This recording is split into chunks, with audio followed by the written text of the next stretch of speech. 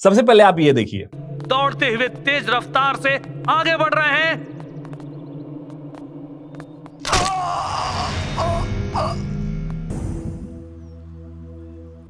राम जी जैसे धनुष से तोड़े, अर्जुन जैसे बाण से छोड़े, कर ले तू भी काम कुछ ऐसा दुनिया। भोजपुरी सुपरस्टार खेसारी लाल यादव की एक फिल्म का सीन है, नाम है भाग खेसारी भाग। इंस्टाग्राम पर मीम के रूप में आपने इसे जरूर देखा होगा। जिन्होंने पेद्दी देख ली है उन्हें इसका कॉन्टेक्स्ट समझ में आ गया होगा, और जिन्होंने नहीं देखा है अभी तक, जाइए देख आइए, फिर हम बात कर लेंगे। एक सेकेंड, जा कहाँ रहे हैं, पहले रिव्यू तो देख लीजिए। खेल खेलना जानता है, हमें खेल खिलवाना भी आता है। कहाँ रह गया तिहाड़िया?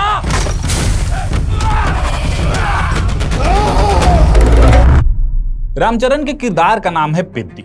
पेद्दी लगभग हर स्पोर्ट्स में माहिर है। उसने क्रिकेट खेलते वक्त एक बार ऐसा छक्का मारा कि गेंद 3 स्टेडियम पार जाकर एक बड़े पत्थर पर गिरती है, जिसके बाद उस पत्थर का नाम ही पेद्दी रख दिया गया। गांव के बच्चों का तो वो फेवरेट खिलाड़ी है ही, पर दिक्कत ये है कि वो जिस पहाड़ी पर बसे गांव से आता है, उस गांव का कोई नाम ही नहीं है। उस गांव से ट्रेन गुजरती तो है, पर पिछले 30 सालों में कभी रुकती नहीं।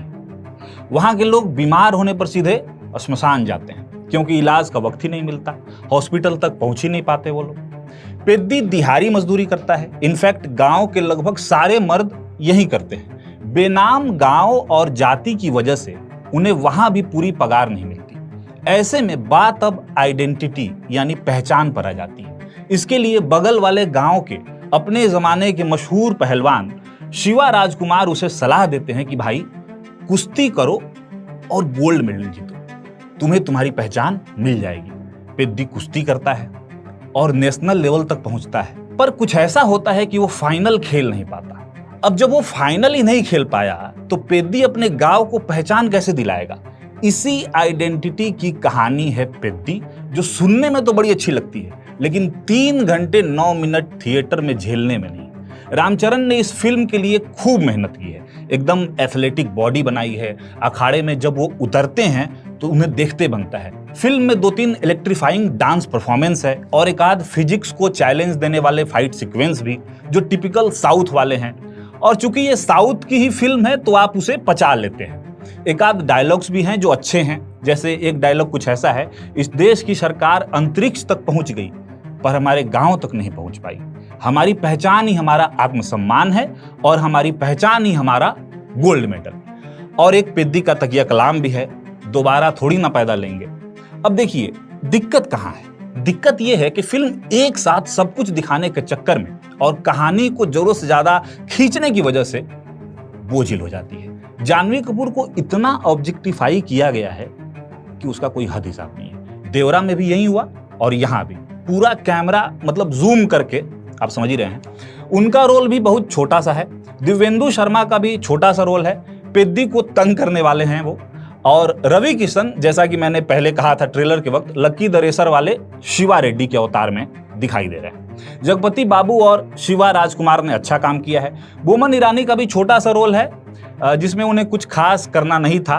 तो फाइनल वर्डिक्ट ये है कि पूरी फिल्म का भार रामचरण के कंधों पर था और उन्होंने इसे बखूबी निभाया तो है, पर स्क्रिप्ट ही बहुत आउटडेटेड लगती है।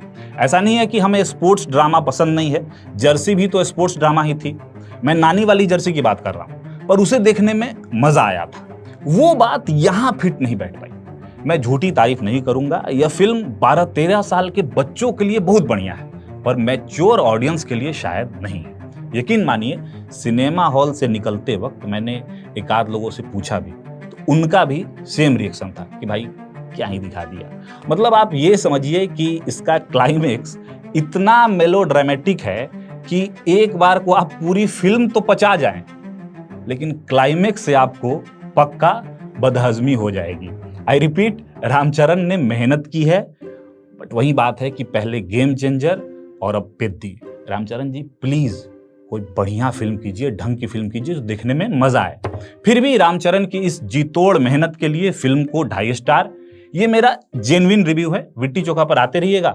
मेरा नाम है सत्यम प्रियदर्शी। बहुत बहुत धन्यवाद।